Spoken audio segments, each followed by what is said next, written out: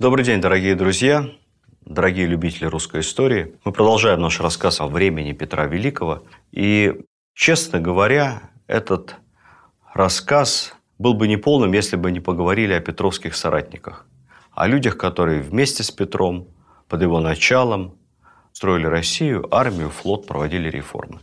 Тем более, что во всех ваших откликах и комментариях, за которые я хотел бы отдельно вас еще раз поблагодарить, вы пишете и просите побольше рассказать о Меньшикове, Шереметьеве, Брюсе, многих-многих других соратниках Петра Великого.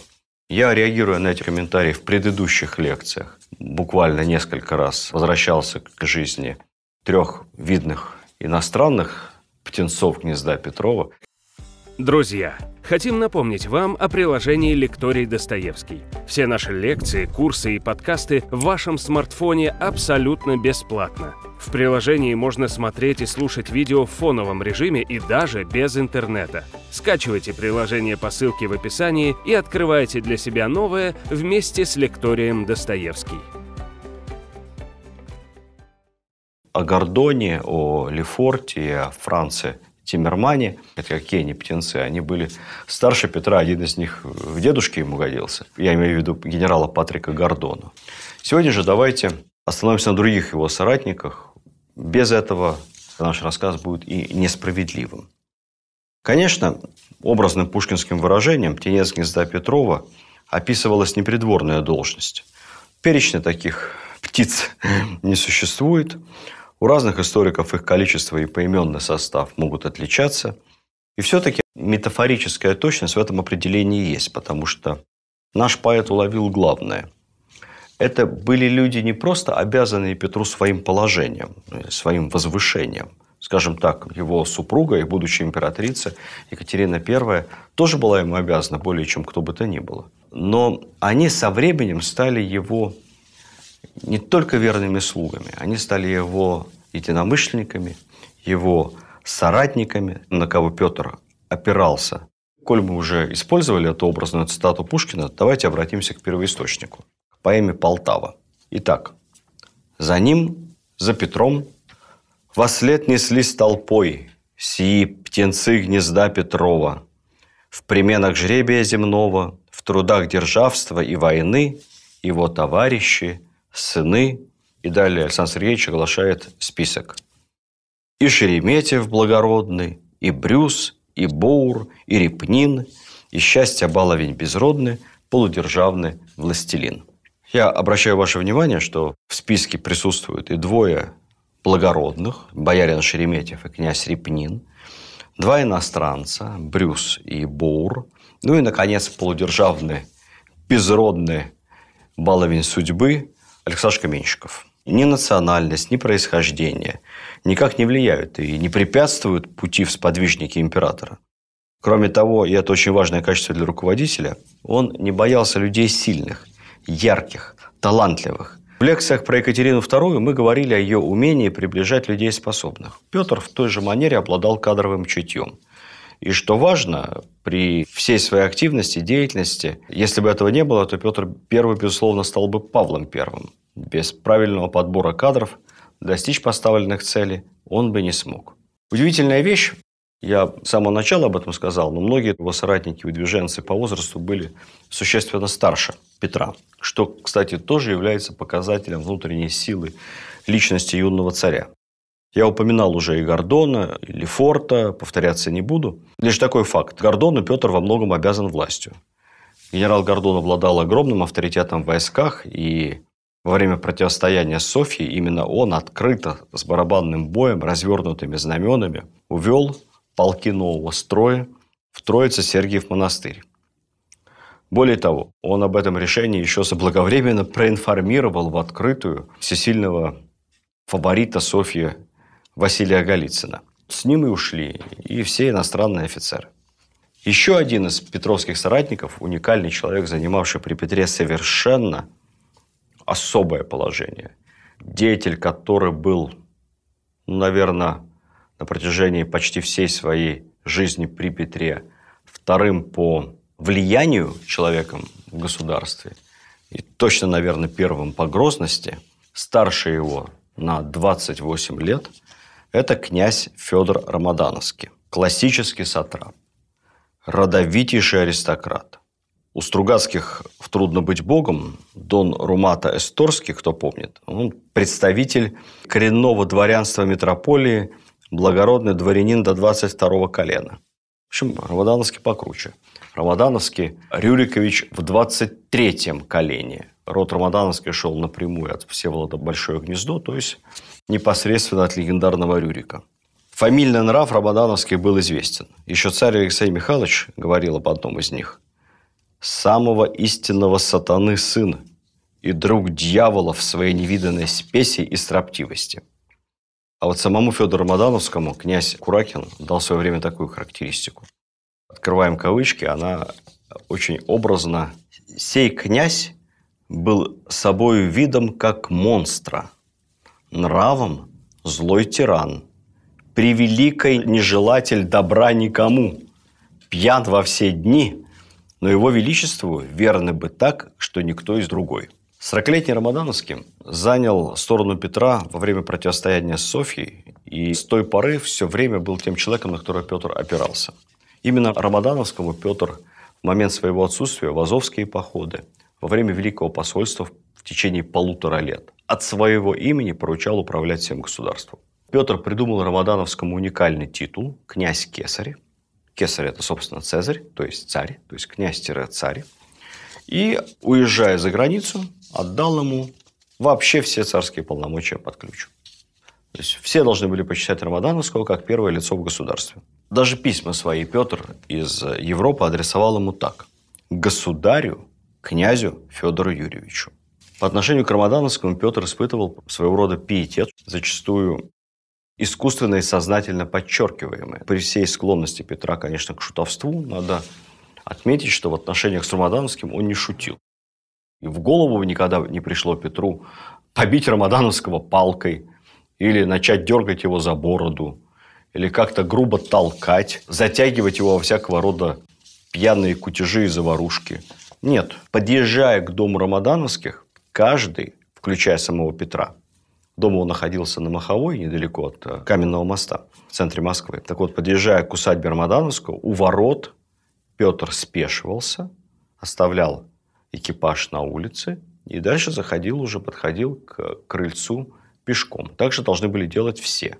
Когда князь Рамадановский заходил в помещение, все, включая Петра, вставали. Князь Рамадановский возглавил Преображенский приказ. Поначалу это было какое-то, по нынешним временам, комбинация управ делами наследника и хазу, потому что в функции Преображенского приказа входило хозяйственное, организационное, финансовое, административное обеспечение села Преображенское и окрестных владений Романовых, где, собственно, находился Петр Алексеевич.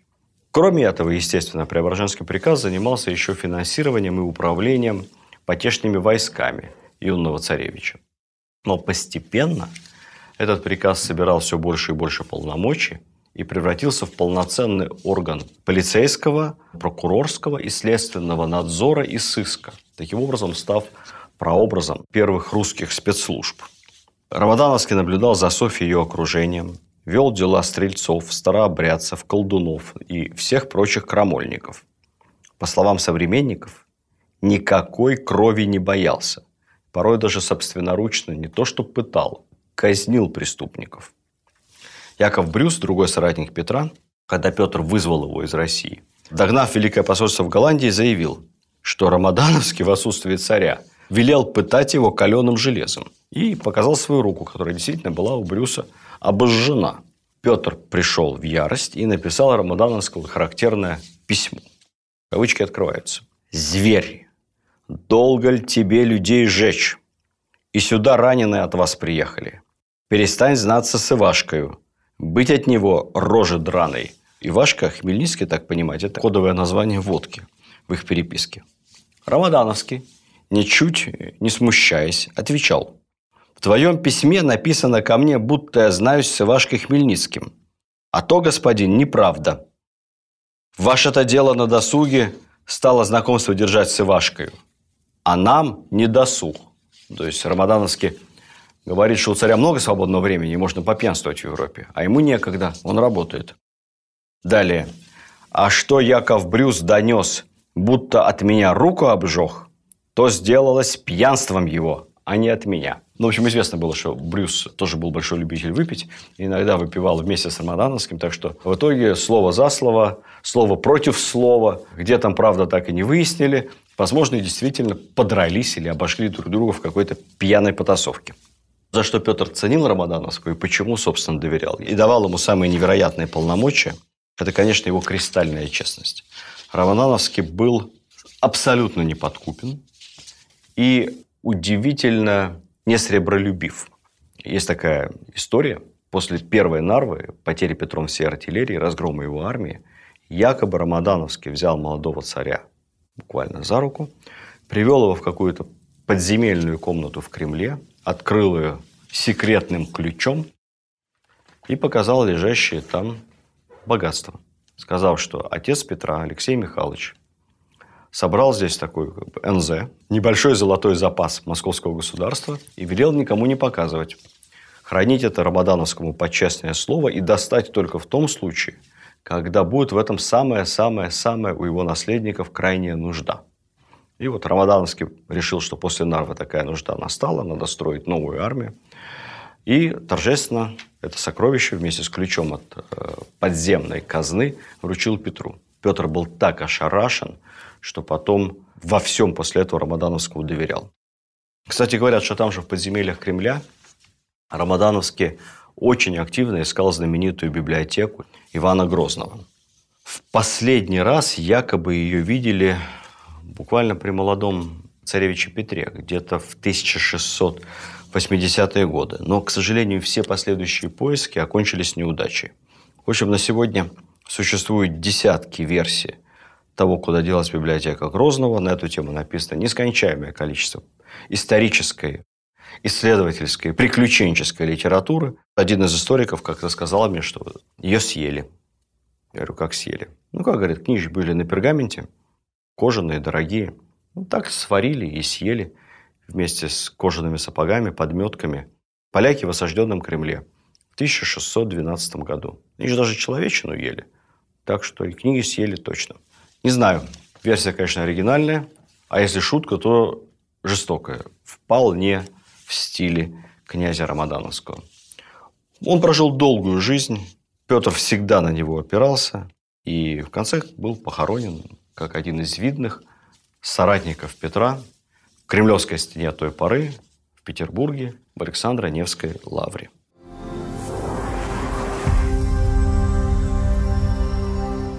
Поговорим еще об одном, тоже другое, предыдущее поколение. Борис Шереметьев, фельдмаршал, на 20 лет старше Петра. Я его, Шереметьева, очень люблю почему-то. Мне он кажется таким живым, если его себе представить, и совершенно не таким, как его изображают в советских фильмах. Вы помните, Шереметьев – это такой грузный маленький старикашка с длиннющим париком ниже локтя, который с отдышкой, что-то он там бегает, суетится и страшно обижается на Меньшикова, который отобрал у него митрессу Марту Скавронскую, будущую императрицу Екатерину I.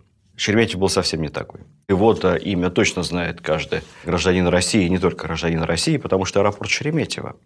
Потому что аэропорт Шереметьево, он, конечно, не в честь назван того самого Бориса Шереметьева, главного, о котором мы будем говорить, но он назван в честь его праправнука. Ибо через владение его праправнука проходила железная дорога, когда ее строили. И там появилась станция. Станция называлась Шереметьево или Шереметьевская. И вот когда рядом с этой станцией строили аэропорт, соответственно, аэропорт тоже назвали Шереметьево. Кстати сказать, у Шереметьева и его потомков было огромное количество разного рода земельных угодий и прочей недвижимости в Москве и вокруг Москвы. Например, не дай бог кому из нас побывать, никому не желаю, это больница Склифосовского, дом, по-моему, внука нашего героя Бориса Шереметьева. Солидный дом. Шереметьев, он из старого-старого боярского рода. Отец его киевский воевода. В те еще годы при Алексее Михайловиче убежденный западник. Ходил в Киеве бритый, с бритым лицом, в польском платье. Содержал дома много книг. красивую иностранную мебель, сына своего Бориса отдал учиться в лучшее учебное заведение на территории тогдашнего московского государства, в Киево-Могилянскую академию. Борис Шереметьев выучил там иностранные языки, много читал, интересовался с той поры европейской культурой. И вообще при Петре неофициально считался самым культурным и самым вежливым человеком в России. Так получилось, что служил он 4 государям: Алексею Михайловичу, как и его отец, Федору Алексеевичу, затем Ивану и Петру. Вот 4, не считая регеншу, царевну Софью. Считался он человеком Василия Голицына. Голицын сам был хорошим дипломатом-международником. Ну и, соответственно, Бориса Шереметьева тоже использовал по дипломатической линии. Он участвовал в переговорах с Польшей при заключении Вечного мира. Потом даже работал какое-то время при дворе польского короля Яна Собесского. Вел переговоры в Вене с императором Леопольдом о заключении тогда Большого союза против Османской империи, так называемой Священной Лиги. Но разница между дипломатом и военным была небольшой. Поэтому сразу после дипломатического поприща отец забрал Шереметьева, направил его на военную службу, ну, естественно, по поручению Алексея Михайловича. И, кстати сказать, когда Петр начинал свои азовские походы в возрасте 20 с небольшим лет, то уже весьма опытный воевода и командир Борис Шереметьев вел целую армию с ложной задачей сымитировать поход на Крым, чтобы турки и крымские татары подумали, что Петр собирается не брать Азов, а вслед за Василием Голицыным попытаться еще раз отвоевать Крым. Кстати сказать, первый азовский поход окончился полным фиаско, зато Борис Шереметьев со своим ложным походом добился многих успехов. Он и армию сохранил, и несколько крепостей весьма успешно взял. Так что можно сказать, что поход обманный и ложный был более успешный, чем настоящий. После этого дипломат вновь отправился с Петром, на этот раз в Великое посольство. Тоже, как и Петр, под чужим именем. Но, что интересно, у него был отдельный маршрут у Шереметьева. То есть, если Петр в Голландии учился строить корабли, потом в Лондоне, много времени провел в Германии, то Шереметьев сразу поехал через Австрию в Италию, посетил там Венецию, Геную, Рим, встречался с папой римским, кстати, был принят с почетом. Побывал даже на Мальте, где после аудиенции с магистром Мальтийского ордена удостоился почетного Мальтийского креста и стал командором Мальтийского ордена. Мы видим с вами, Павел I не был первым русским командором на Мальте, и связи и контакты с Мальтой Россия поддерживала давно. Кстати, Шереметьев очень гордился своим Мальтийским крестом и непременно требовал, чтобы при официальном полном перечислении его званий, наград и регалий обязательно упоминалось, что он является мальтийским кавалером. Он и до этого был западником. Но когда вернулся из Великого посольства своего отдельного и предстал перед Петром, конечно, все только развели руками. Где-то ему уже было в этот момент под 50. Очень зрелый человек по тем временам. В напудренном парике, гладко выбритым, в идеальном европейском платье, в сияющих модных башмаках с серебряными пряжками. И, в общем, как денди лондонский одет. Показал пример всем боярам, чего хочет государь. Но ценим мы Шереметьева не за его дипломатические успехи. И, конечно, не за его прозападный модный вид. Ценим мы Шереметьева как настоящего героя долгой, муторной, затяжной малой войны. Я так называю первый этап Северной войны, начиная от Нарвы и где-то до 1708 года, до победы под Лесной, до взятия Батурина и до Полтавы. Война шла долго. Шведы были сильны. Всеми боевыми действиями в районе современной Ленинградской области, Прибалтики, вокруг Петербурга руководил Шереметьев. Петр оставил его за главного в Северной армии.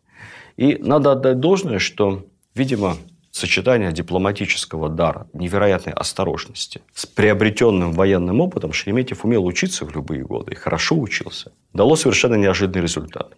Шереметьев последовательно, методично и целенаправленно, выражаясь современным языком, перемалывал шведские воинские части и подразделения. От одной битвы к другой он раз от разу побеждал. Он был невероятно осторожен. Он вступал в сражения только тогда, когда у него было существенное преимущество в численности, в диспозиции в артиллерии, но он не ошибался. И постепенно не осталось практически ни одного шведского генерала или видного военачальника, который бы не пострадал от нашего скромного и немолодого, неторопливого и очень осторожного полудипломата, полугенерала Бориса Шереметьева. Будучи совсем немолодым, под Полтавой, Петр немножко недолюбливал Шереметьева за его медлительность, как ему казалось, нерасторопность. Но даже под Полтавой Шереметьев формально считался главнокомандующим русской армией. То есть Петр, как обычно, был в тени, хотя принимал, конечно, все решения. Кавалерией командовал Меньшиков, общее командование осуществлял Шереметьев. И, кстати, как говорят некоторые военные историки, план Полтавского сражения самый нерусской из всех русских великих побед военных. Сражение, которое было полностью на 100% выиграно до первого выстрела, до его начала. Вот весь этот план аккуратный, осторожный, осмотрительный разработал боярин Шереметьев. Вполне возможно, что это так и есть. Петр молодец, что он послушал старика, многоопытного. И потом с невероятной энергией и храбростью вместе с Меньшиковым добили Карла XII. Но вот этот план обороны в большинстве на выгодных позициях со 100% расчетом и 100% уверенностью в будущей победе. Кстати, план, который привел к минимальным потерям русской армии в сравнении с лучшей армией Европы того времени шведами, это был план Бориса Шереметьева. Поэтому неудивительно, что в списках награжденных Шереметьев значился первым. Орден Андрея Первозванного. Кстати сказать, к тому времени уже не просто Шереметьев, а граф Шереметьев. Мир, заключенный после, по итогам неудачного прусского похода, фактически стоил Шереметьеву сына. Его сын Михаил остался у турок заложником. Сразу после освобождения, по пути домой, сильно болея, он умрет. Отец очень горевал. После этого уже немолодой Шереметьев будет просить отпустить его на покой. Умрет его жена. Он вообще был глубоко набожным человеком. И, как говорят, как неудивительно, это человеком искренней веры.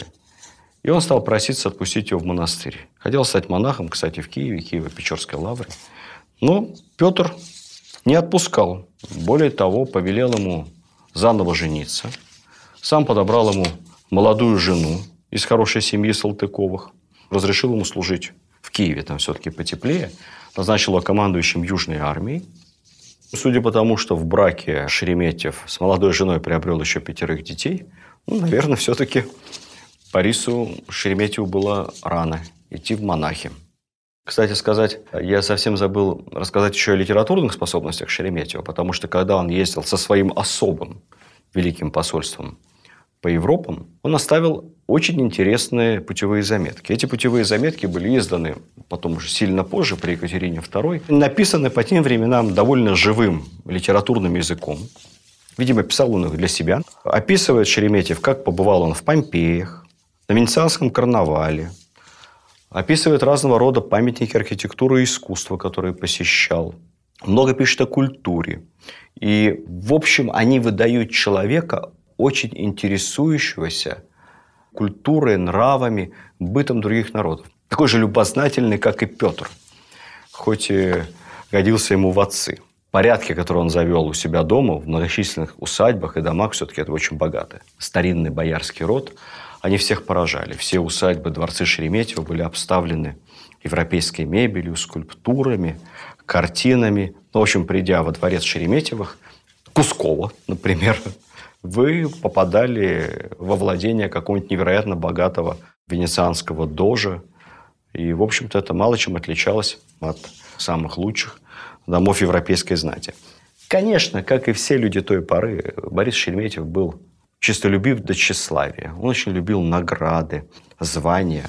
Они все соперничали в этом карьерно-честолюбивом порыве. В чем-то он обгонял своих конкурентов из числа других птенцов гнезда Петрова. Например, именно Шереметьев стал первым графом за успешное подавление Астраханского восстания. Действительно, малой кровью относительно.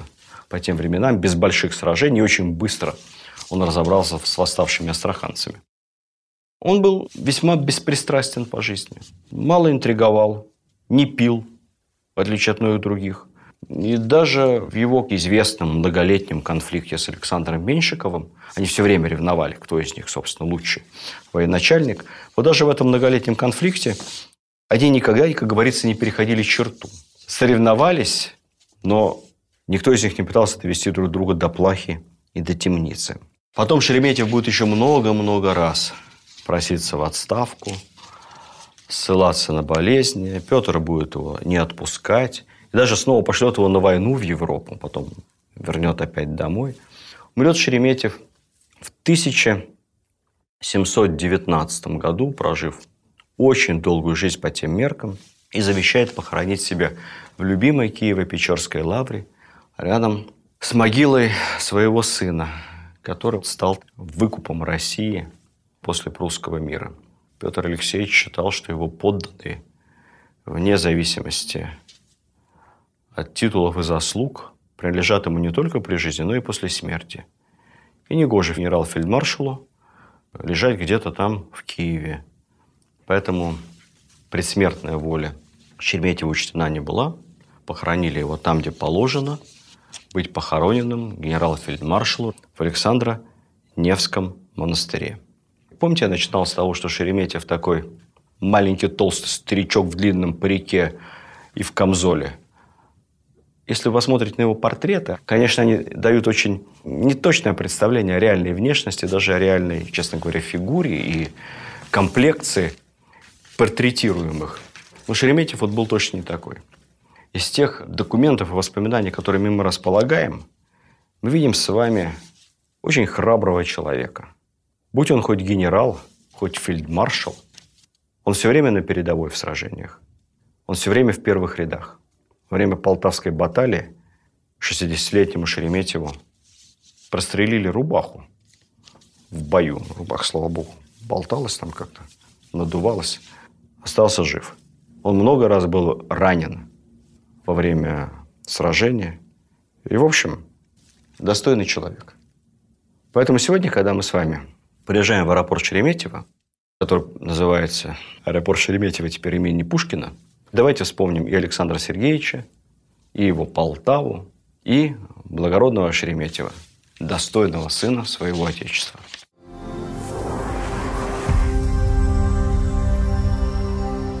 Несколько слов о Якове Брюсе. Об этом человеке рассказывать очень интересно. Потому что вся его жизнь, вся его история – это просто кино. По-другому не придумаешь. Все, кто любит фильм «Храброе сердце» с Мелом Гибсоном и вообще любят старую английскую, шотландскую историю, либо, правильно сказать, противостояние многовековое Англии и Шотландии, то, конечно, все мы помним, как звали самых прославленных шотландских королей, успешно противостоявшим английской экспансии. Брюсы. Так вот, Яков Брюс – прямой потомок тех самых шотландских королей Брюсов. Его отец приехал в Россию в середине 17 века. Как раз в это время в Англии была буржуазная революция, Кромвель, гражданская война, всяческая неразбериха. В России было как-то поспокойнее всегда, чем в Европе. Поэтому приехал в Россию, нанялся офицером, полки нового строя. И Яков Брюс уже родился в Москве. Поэтому говорил на русском языке как на родном, был крещен в православие. Кстати, не знаю точно, мне кажется, мама Якова Брюса была, скорее всего, русской. И самое главное, его не воспринимали как иностранца. Стопроцентным подтверждением этому является тот факт, что Брюс в свое время возглавил одну из коллегий. По Петровскому регламенту руководить коллегиями могли только русские. А первыми замами у них обычно были эффективные менеджеры, опытные бюрократы, либо опытные начальники, иностранцы. Вот Яков Брюс считался русским, поэтому был, собственно, министром, руководителем Петровской коллегии. Брюс – один из образованнейших людей эпохи.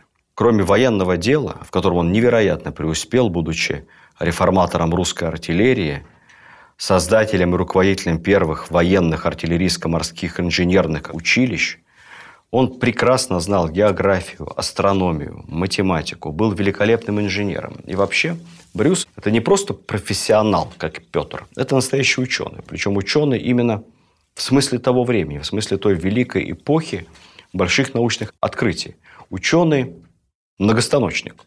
В те времена разница между алхимией и химией, астрологией и астрономией, химией и физикой, эта разница была весьма условной. Все это вместе считалось науками равной степени важности, интересности и солидности. Брюс занимался всем. Всем абсолютно. Но кое в чем он, конечно, преуспел более чем в другом. Во время Великого посольства он сначала туда не поехал, но потом, когда Петр решил, что он поедет в Англию по приглашению английского короля, Петр вспомнил, что у него в Москве остался верный сподвижник Брюс, и он вызвал его письмом. Все-таки Петру было приятно, что он приедет в Англию не абы с кем. Вот у меня в свите, там, среди моих друзей и помощников, пожалуйста, есть и потомок шотландских королей. Брюс умудрился в Амстердамском университете получить звание магистра наук и защитить труд «Теория движения планет». То есть, можно сказать, профессиональный астроном. Он, кстати, был отличным картографом. Петр очень любил карты, как мы знаем, и ценил тех, кто умеет работать с картами, составлять карты. И Брюс составит одну из первых подробнейших карт земель Московского государства на юг от Москвы, вплоть до Каспийского моря и Малой Азии. Затем он создаст школу навигатских математических наук в Москве и оборудует совершеннейшую по тем временам обсерваторию в Сухаревой башне. В Полтавской битве Брюс будет командовать всей артиллерией. И не надо забывать, что именно слаженные, организованные и очень эффективные действия русской артиллерии нанесли максимальный ущерб армии Карла XII, пока он приближался сначала к нашим редутам, а потом и во время основного боя, и очень сильно поспособствовали победе нашей армии. Но вообще Брюс в первую очередь интересен нам как ученый. Привезя из Голландии любовь к астрономии в дополнение к своему магистерскому диплому, он перевел на русский язык книгу астронома Гюйгенса «Космотеорос». Он редактировал глобусы, он редактировал географические карты и книги. Он собрал грандиозную библиотеку в несколько тысяч томов. Он выпустил календарь с расчетами церковных праздников, разных дат затмений, движения созвездий на столетия вперед. Этот календарь назывался Брюсовым. Это такой был астрономическо-математический календарь. Этим календарем пользовались даже в конце XIX века. Он много-много раз переиздавался. Был своего рода бестселлер, можно сказать. К сожалению, от занятия наукой его все время отвлекали.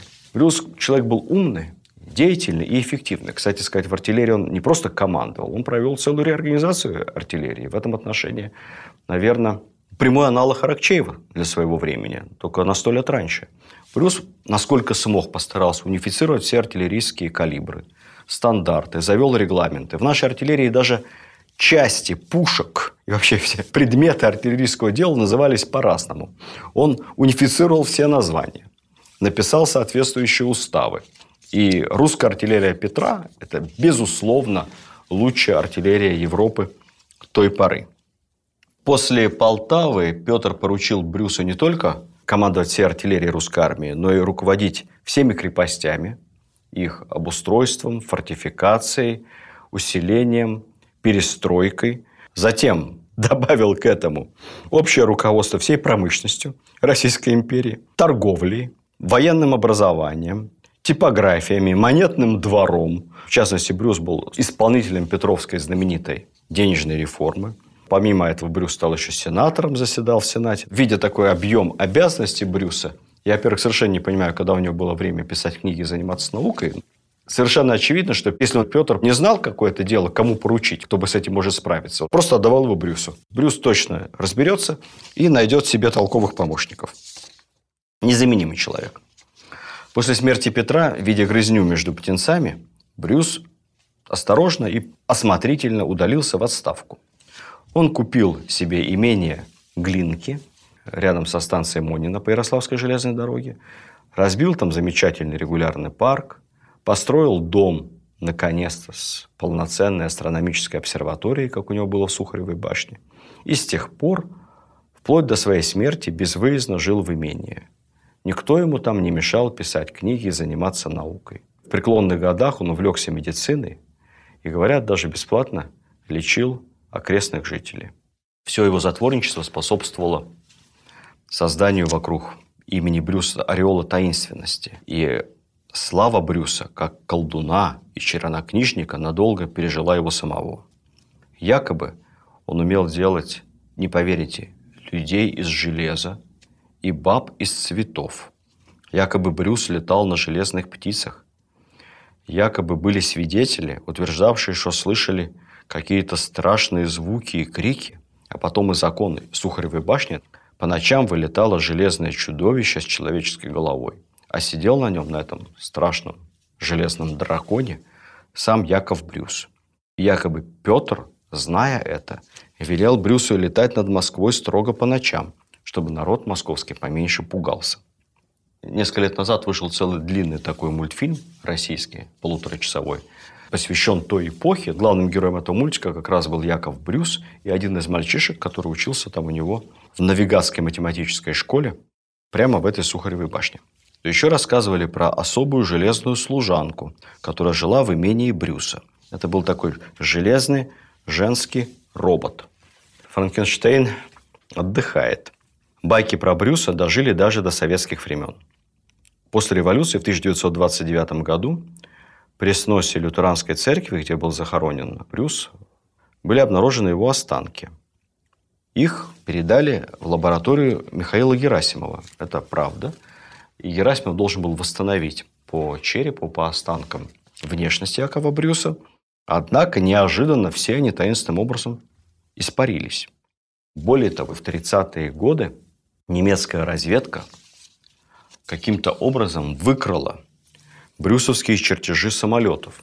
И только благодаря этим чертежам самолетов, доставленным на завод Мессершмитта, были созданы эффективные немецкие аппараты. Рассказывали, что сам Сталин искал какую-то черную секретную книгу Брюса, и в этой черной секретной книге собраны все колдовские брюсовские тайны. Сухареву башню не просто банально взорвали. Ее верхнюю часть разбирали по кирпичику. Конечно, ничего не нашли. Сталин якобы сильно рассердился. После того, как эта секретная книга найдена не была, уже основание Сухаревой башни было взорвано. Также ходила городская легенда, что Лазарь Каганович, тогда он был секретарем Московского горкома партии, то есть что-то типа современного мэра Москвы.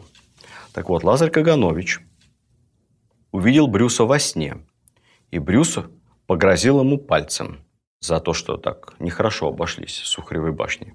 Ну, правда, непонятно, почему погрозили Кагановичу. Ну, видимо, он подписывал решение на снос башни. Не знаю, может быть, Брюс и являлся Кагановичу во сне и чем-то там грозил. Видимо, грозил не грозно, потому что Каганович прожил очень долгую жизнь, почти 100 лет. Есть и другой вариант, что в Сухаревой башне были найдены секретные чертежи Брюса подземной Москвы. И эти секретные чертежи с учетом исследований Брюса энергетических мест и подземелья Москвы легли в основу первой линии московского метро. Легенд и баек про Брюса очень много. Зайдите в интернет, почитайте. Это я вам даже 100-ю часть всего не рассказал. Но если говорить серьезно, то на самом деле я думаю, что Брюс, конечно, был никаким не мистиком, а самым настоящим ученым, материалистом. Потому что именно об этом свидетельствуют реальные факты. Например, нет ни одного подтверждения, что Брюс где-то вообще верил в какие-то сверхъестественные вещи и в какие-то чудеса. Однажды Петр показал ему в Новгороде, в новгородской Софии, чьи-то нетленные мощи. Брюс отнесся к этому крайне скептически и сказал государю, что все эти мощи есть свойства климата и земли, в которой они были погреблены, а также правильного бальзамирования телес и воздержания этих святых людей при жизни. Видимо, в бальзамировании Брюс разбирался точно, потому что именно Брюсу поручили бальзамировать тело Петра после его кончины. Кстати сказать, во время Великого посольства, когда Брюса вызвал Петр, Брюс отпросился съездить в Шотландию, на историческую родину. Очень хотел посмотреть, видимо, места своих предков. Ну, так англичане же. Не могла англичанка не нагадить. В том числе и Брюсу. Не пустила она его в Шотландию. Сказала, что не надо. Даже потомки беглых шотландцев вызывали у англичан неадекватные подозрения. Когда Петр уже уезжал из Англии, возвращался в Европу, Брюс умолял оставить его там еще на несколько месяцев, потому что очень хотел поучиться. Все ему было интересно. Так либо иначе, мы и сегодня можем посмотреть, по крайней мере, на одежду Брюса. Есть его отреставрированный кафтан, камзол. Все находится в фондах Государственного исторического музея. Ну и самое главное, можем погулять мимо его усадьбы. Усадьбы-то нет уже давно. Находилась на самом центре Москвы, в районе современного Брюсова переулка. Брюсов переулок замечательнейший, тихий переулок, отходящий от Тверской в сторону Большой Никитской. Он как раз назван в честь фамильной усадьбы Брюсов. Там есть прекрасная и очень модная среди московских хипстеров церковь. Там есть замечательный памятник Мстиславу Ростроповичу. Если будет у вас время, идете по Тверской, сверните в Брюсов переулок, пройдитесь до Никитской ночью, поздно, в тишине. Посмотрите на небо. Может быть, увидите железную птицу, вылетевшую из Сухаревой башни.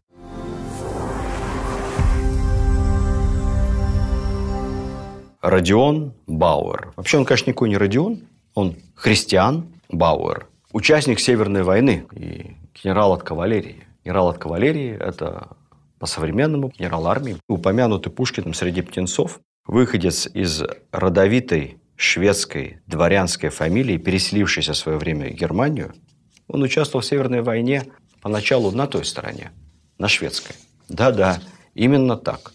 В самом начале Северной войны в чине ротмистра, то бишь капитана, он защищал Нарву от русских во время Второй Нарвы. Но получилось так, что, будучи человеком задиристым, Бауэр на дуэли убил сослуживца. Дело было подсудное не только по русским, но и по шведским законам того времени. И так либо иначе Бауэр перебежал на сторону русских. Допрашивал его лично Петр сам. Бауэр хитрил и сказал, что состоит на службе Августа, а в Нарве якобы находится с какими-то особыми шпионскими заданиями. Царь почему-то Бауэру поверил.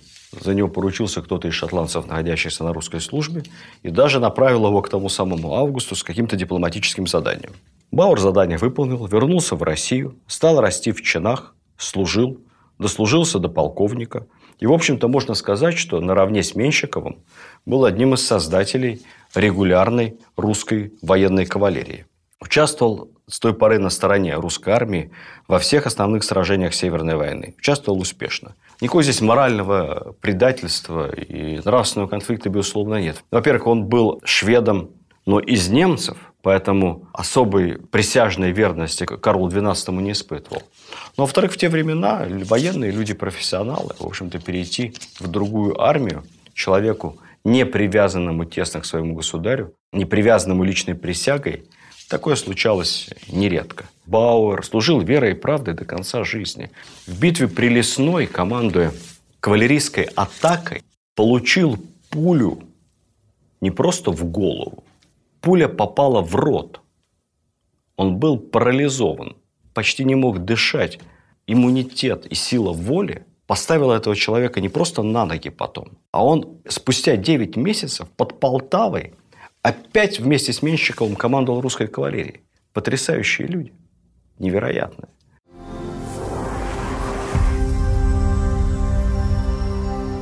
Конечно, наш рассказ о соратниках Петра и о его воспитанниках был бы неполным, если бы мы не упомянули еще двоих. Очень разных, но в чем-то похожих. Мы их совсем не знаем, а это несправедливо, потому что это были важные люди, особенно первый из них, о котором я вам сейчас расскажу. Его звали простым русским именем, которое легко услышать и легко забыть. И такой он был человек неприметный.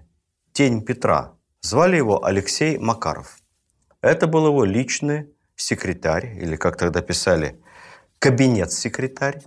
А по современным меркам мы бы сказали руководитель секретариата. Или, может быть, даже руководитель аппарата. Хотя как такового большого аппарата, канцелярии у Алексея Макарова не было. Алексей Макаров такой человек из самых-самых региональных низов. Отец его служил где-то в провинции, в Ярославской губернии, подьячим в какой-то воеводской канцелярии. Так что можно сказать, что он потомственный бюрократ. И сын его тоже пошел по канцелярской линии, грамотный, аккуратный, внимательный, ничего не теряет, все помнит, все знает. И Александр Данилович Меньшиков как-то Петру такого толкового помощника-секретаря посоветовал.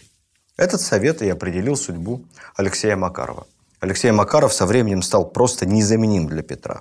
Он вел всю его громадную переписку.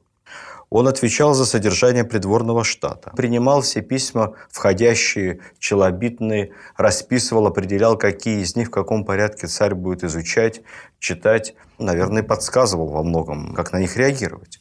Он ведал за все исходящие и также контролировал поручения, чтобы царские письма попали по адресу и встали на контроль. От руководителя аппарата зависит очень многое на самом деле у любого большого начальника. И чем начальник деятельнее, чем он активнее, чем он энергичнее, тем больше ему нужны подобного рода эффективные помощники берущие на себя всю рутину.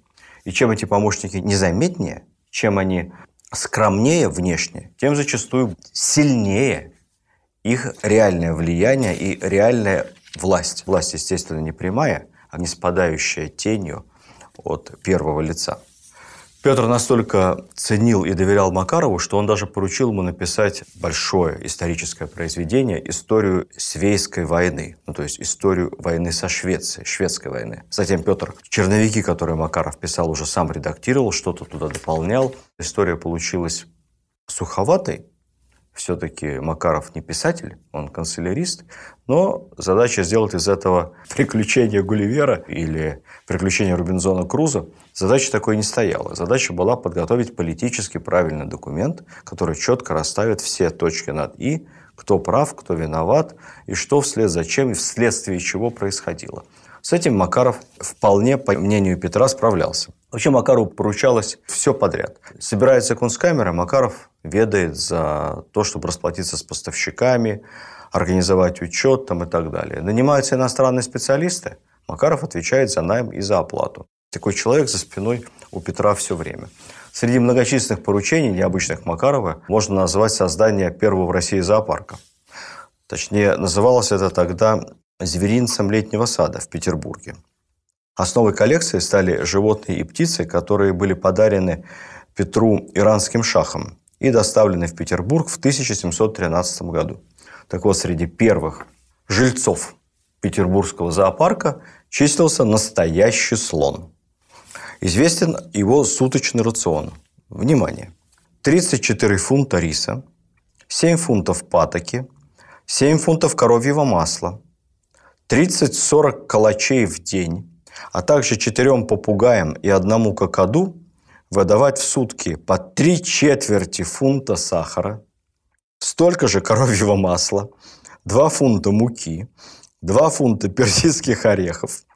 В общем, здоровый образ жизни и воздержанность животным не предписывалась.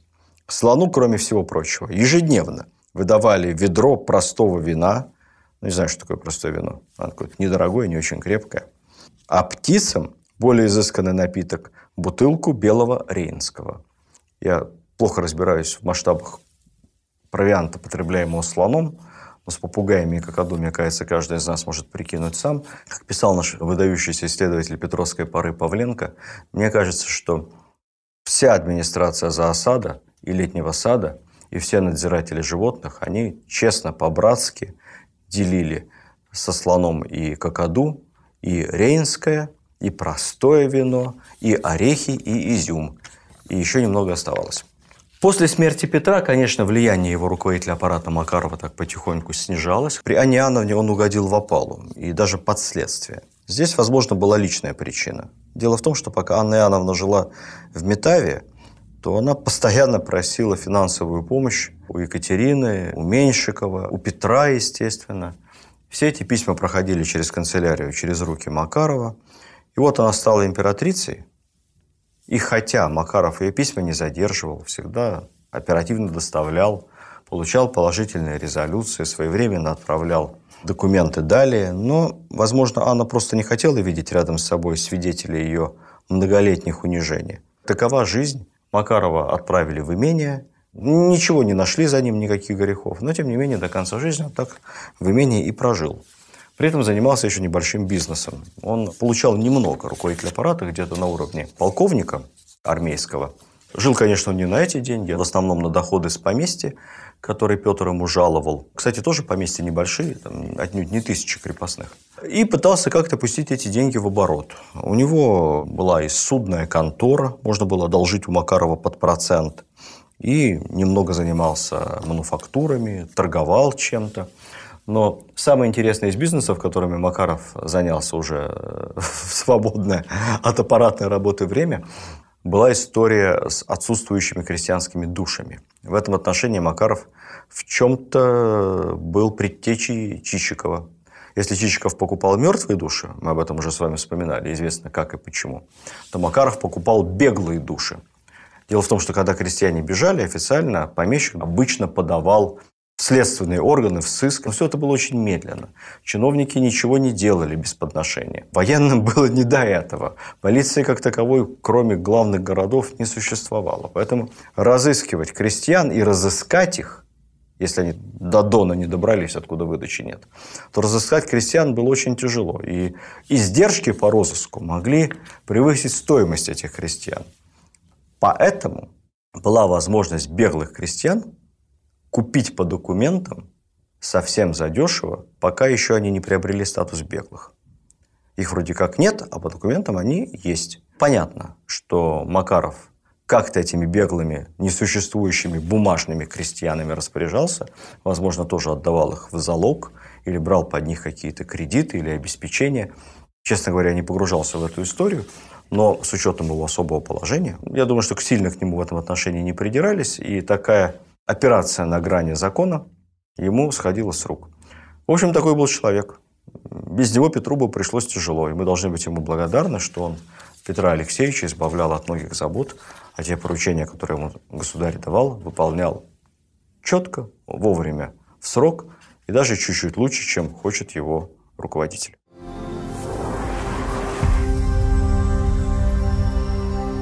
Несколько слов о известном петровском денщике, любимце Абраме Петровиче Ганнибале. Почему Абрам или Ибрагим? Потому что он откуда-то из Турции. Наш посол в Константинополе Толстой купил несколько арабчонков и послал их в Москву. Что такое арабчонки, мы понять сегодня не можем. Это могли быть какие угодно мальчонки с темным цветом кожи. Один из этих арабчонков каким-то образом оказался при Петре. Петру он приглянулся, и он стал у него денщиком. Был при Петре неотлучно. Бойкий, шустрый, исполнительный. Помогал ему, сапоги чистил, платье чистил. Где-то за дверью все время рядом с комнатой Петра находился. Всего у Петра на протяжении разных периодов жизни, как мы помним, бывало одновременно и 5 денщиков, и 10 денщиков. Могло быть и 20 денщиков в штате, потому что Петр еще все время колесил по России, по Европе. Часть денщиков оставалась у него дома, часть денщиков рядом с государем. Такие люди всегда есть при любом большом руководителе. У нас это называется адъютант. Их тоже много. Разница, конечно, большая, потому что наши адъютанты служат в системе ФСО Российской Федерации. Это очень подготовленные офицеры, очень грамотные. Они все с высшим образованием, прошедшие специальную подготовку и образовательную, и военную. Поэтому это офицеры с особыми навыками. Конечно, любому начальнику такие люди нужны. Не в качестве телохранителя, а в качестве, в первую очередь, быстрых порученцев. У Петра было с этим проще. Петр набирал денщиков. Достаточно было, чтобы человек просто понравился своим характером, сметливостью, живым умом. И вот многие, и Меньшиков, и будущий генеральный прокурор Павел Ягужинский, и арабчонок Абрам Ганнибал начинали с должности денщика. Почему Абрам Петрович Ганнибал? Потому что Петр стал его крестным отцом. Он был человек широкой души. Он Ганнибала крестил в православие, и поэтому стал называться Петровичем. Точнее, правильно говоря, Абрамом Петровым. Ганнибал, эта фамилия появилась у него позже. Он уехал в Париж, во второе Великое посольство. Вместе с Петром там поступил в инженерную школу, прошел полный курс обучения и в Россию вернулся инженер-поручиком бомбардирской роты Преображенского полка. Получил дворянство. Кстати, забавное наблюдение по поводу толерантности. У нас нормально было купленному на невольничьем рынке арабчонку стать дворянином, офицером, а в будущем и генералом. Невозможно, честно говоря, представить себе, чтобы лордом Британской империи стал какой-нибудь индус, Маугли, а испанским грандом американский индейец. С толерантностью у нас всегда было проще, с настоящей. Так вот, Ганнибал – это не настоящая фамилия, это самоназвание. Абрам Петров решил так себя называть, уже вернувшись из Парижа и еще через несколько лет после смерти Петра, в честь карфагенского полководца, воевавшего с Римом. Вот так. Ибрагим стал Абрамом Петровичем Ганнибалом. Потом он тоже поссорился с Меньшиковым. С Меньшиковым многие ссорились. Был сослан в Сибирь, но быстро вернулся. Сразу после того, как сослали самого Меньшикова. На военной службе восстановился и дослужился до генерала-аншефа. Управлял всей инженерной частью русской армии. Прослужил несколько десятилетий. Уже при Екатерине выйдет в отставку и переселится в свои имения. Имений у него было несколько. Их пожаловала ему Елизавета за верную службу, главным образом в Псковской и Новгородской провинции, еще в Ленинградской области. В Псковской провинции он основал усадьбу, которая впоследствии, после многих семейных разделов, стала имением внучки Ганнибала, Наташи Ганнибал. Внучку Ганнибала мы знаем по ее сыну Александру Сергеевичу Пушкину, правнуку прямому Абрама Петровича Ганнибала. Вообще, Абрам Петрович был дворянином необычным. Он тут добрый был какой-то по тем временам. Например, свои имения, как часто бывает, он не управлял ими сам, а он просто сдавал в аренду каким-то другим, более эффективным пользователям. Вот, сдавая в аренду несколько деревень, он в договор аренды прямо включил напрямую пункты, настоял, по которым запрещалось увеличивать крестьянам нормы барщины, а самое интересное, запрещалось его крестьян каким-либо образом и за что-то наказывать телесно. Добрый барин. Еще одна заслуга Ганнибала – это картофель. Считается почему-то, что он занимался селекцией картофеля и вывел сорт синеглазка, который в народе у нас так и называется – Ганнибал. Я поинтересовался, полазил по источникам. Нет. Ганнибал действительно разводил картофель уже в екатерининские времена и очень его популяризировал, но синеглазка, она же Ганнибал, была выведена в СССР, по-моему, чуть ли не в послевоенные годы. Поэтому тут Абрам Петрович не преуспел. За то, что он дал рождение Александру Сергеевичу Пушкину, мы только за это ему бесконечно благодарны. В следующий раз я расскажу вам, наверное, еще о некоторых соратниках, воспитанниках Петра I, но постараюсь делать это не так подробно, как сейчас, не пересказывать их биографии, потому что просто невозможно. Этих людей много, они все очень интересные. А мы сделаем такую лекцию в стиле импрессионизма. Это я так придумал сейчас по ходу дела. Что такое исторический импрессионизм, узнаете в следующий раз. До встречи.